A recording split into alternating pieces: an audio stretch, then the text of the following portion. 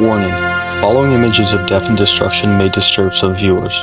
Richard Peter was born in 1895 in Klein-Jenkowitz, Silesia, where he lived until 1914 when he was drafted into the German army to serve in World War I. As a teenager, he worked as a smith and a miner, while hobbying in photography.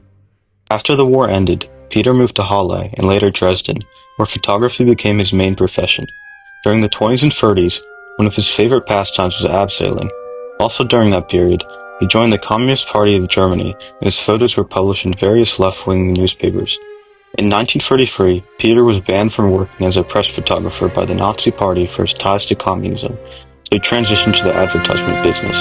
He was again drafted into the German army to serve in World War II. From February 13th to 15th, 1945, Dresden was firebombed in a controversial event that killed 25,000. The Allies claimed that the bombing was purely aimed at industrial and military targets, while other reports dispute this, claiming that the bombing was only meant to be a moral blow to the dying Germany. Nazi propaganda at the time falsely exaggerated the number of deaths to be between 250,000 and 500,000.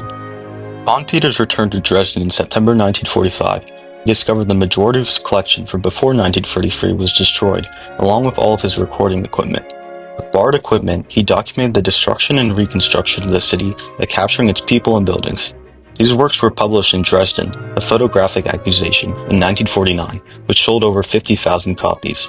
His most famous photograph, and the one which introduced me to him, was taken from the Rathausturm, or New Town Hall, the tallest building and clock tower in Dresden. The view from the tower was documented by multiple photographers, but Peter alone included a statue of one of the 16 virtues featured on the tower. He was only able to access that part of the building with a ladder, as the stairs were destroyed. The figure is often mistaken as an angel, but is actually Bonitas, the personification of kindness. The scene doesn't display a protector of humanity failing to save us from each other, but ironically the figure of kindness lamenting its misuse is the result of tens of millions of deaths total.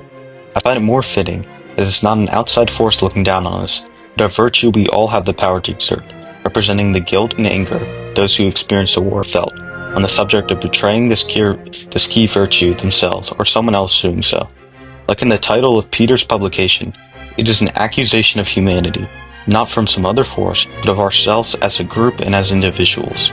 This undertone, combined with the ruins of the once great city, known as Florence on the Elbe, produces a feeling I can only describe as hauntingly beautiful, or winerific, like viewing a great storm which is a both terrifying and beautiful showcase of nature's might. However, in this case, it's the accomplishment of a city so great, along with its subsequent destruction.